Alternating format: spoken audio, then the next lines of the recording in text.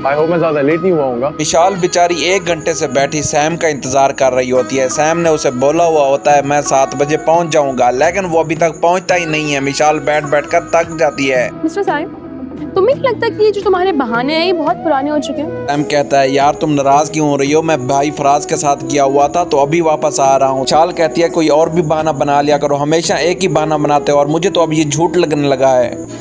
इससे बड़ी क्या कयामत हो सकती है। और इधर ये लड़की सारा फराज और उधर अहमर के साथ दोनों के साथ खेल रही होती है। जिससे मैं मोहब्बत करता हूँ वो मुझसे इतनी दूर। अब ये होता है कि फराज को तो पता होता नहीं है। एक बार जब इसकी कॉल एंड हो जाती है तो सारा क्या करती है, वो फिर से अहमर को कॉल कर देती है। ये दोनों लड़कों के साथ चीट कर रही होती है। आगे बढ़ने के बजाय जरा इंतजार करो। तो सारा इतनी तेज लड़की है, दोनों को यही कहती है कि सब्र करो, हम दोनों का रिश्ता साथ में होगा। और उनको झूठ बोल देती है कि अभी मैं माँ बाप को मना रही हूँ, आप लोग कुछ दिन तक वेट कर जाए। आज तक तुमसे कुछ नहीं छुपा। सैम अपने भाई की फाइलें देख रहा होता है, लेकिन वहाँ पर उसका भाई भी आ जाता है और उससे बिल्कुल गुस्सा हो जाता है। जो चाहिए था मुझसे मांग लेते।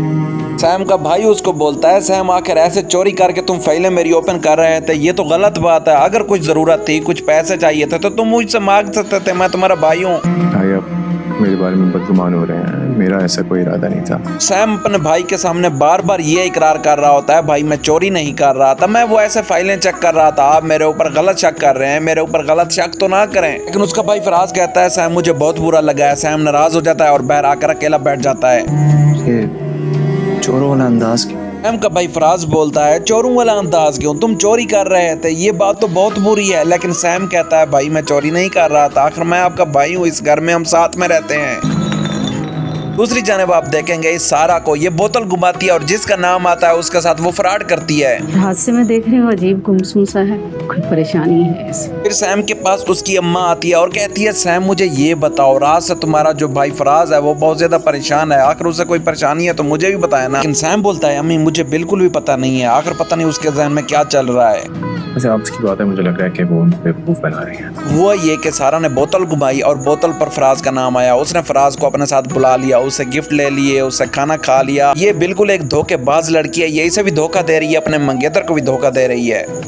क्यों बेवकूफ़ बना रही है ये मुझे नहीं पता। हम अपनी माँ को ये कहता है कि अम्मी मुझे कुछ ना कुछ ये लगता है कि वो भाई को बेवकूफ़ बना रही है। लेकिन आज तक ना हमसे कभी अपनी फैमिली को मिलवाया ना खुद मिली। कि इसने फराज को अपनी फैमिली से मिलवाया ही नहीं होता। और अब इसको जब इसके अपने बॉयफ्रेंड मंगेतर का फ़ोन आता है ये अपना फ़ोन छुपा लेती है। फराज पूछता है किसी का कॉल है, वो उसे बताती नहीं है। कभी तस्वीर भी नहीं देखी। सैम को उसकी माँ बोलती है अब तो मुझे भी बेटा कुछ ना कुछ शक हो रहा है कि आखिर कैसी ये फराज की मोहब्बत है। फिर फराज घर जा रहा होता है, लेकिन रास्ते में उसे बदमाश आते हैं और पकड़ लेते हैं। और मुझे अब कुछ ना कुछ यहाँ भी लगता है कि इसे गोली मार देंगे और सैम इसके पीछे भागता हुआ आएगा। अगर आपको हमारी वीडियो अच्छी लगती है तो काइंडली लाइक एंड सब्सक्राइब जरूर किया करें।